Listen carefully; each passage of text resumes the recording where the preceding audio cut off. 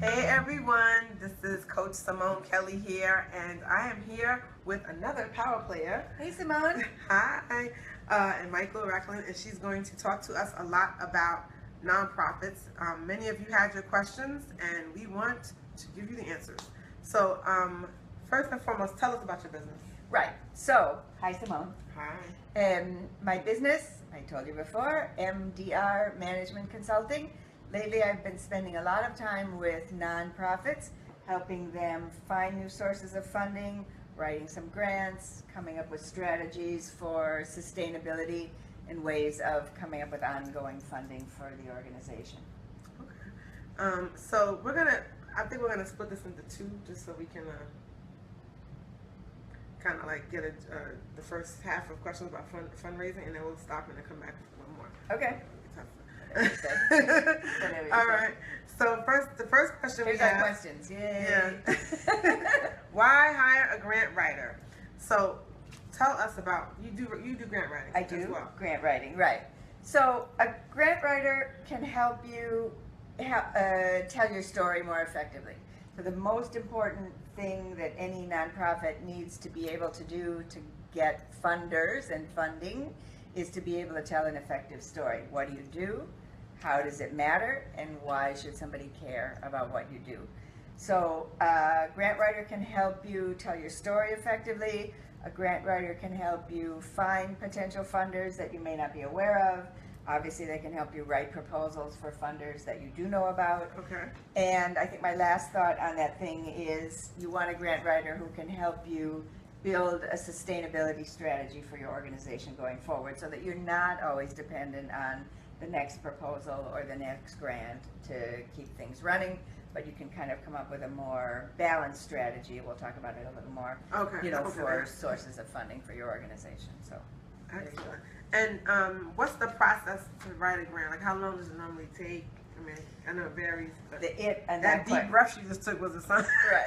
The it in that question is kind of variable. Wow. So, is it a big proposal, a small one? There's a lot of it depends.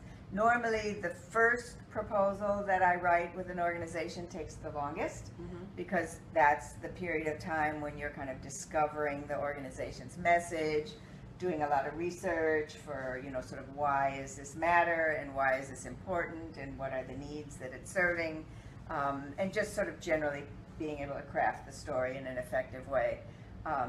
Normally, once you've sort of written a good grant or a proposal for one program for an organization, the second and the third one kind of go faster. So if it's a huge grant for $500,000, evidently it's going to take a whole lot more time than if it's a grant for $10,000 from somebody locally. Gotcha. So.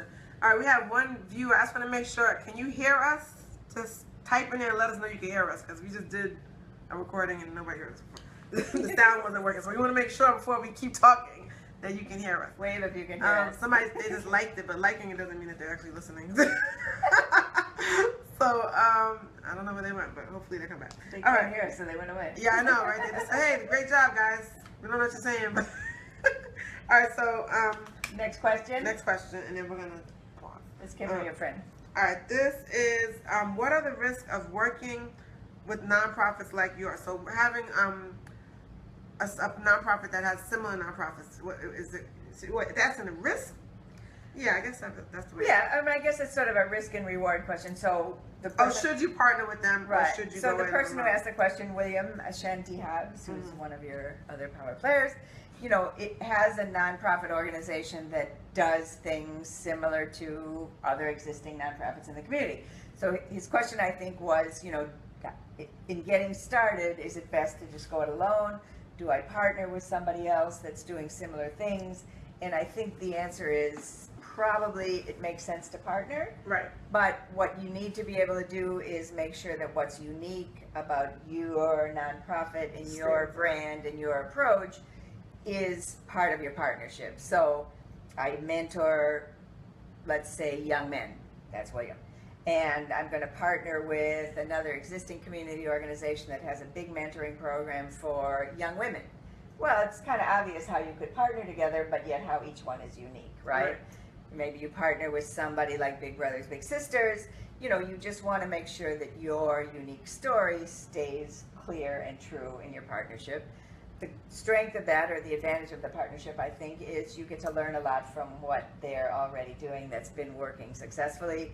You can kind of borrow that for your brand, and you can get yourself out there faster because you're going to that kind makes a of lot of sense. right live in there. Piggyback off whatever. that. So you get more experience, you get your name out there, you get a little booster start, and then you can continue to grow on your own. Awesome. There Well, you we're go. going to take a quick break, and we're going to come back with some more questions. So, in the meantime, you can check her out, like her on Facebook. Give us the Facebook. Oh, No, don't there's more post that yet. questions. No, next. We're going to take a break. My Facebook page, my yes. whatever. So my Facebook page, you'll find it. It's MDR Management Consulting. You'll find my website, mdrmanagementconsulting.com.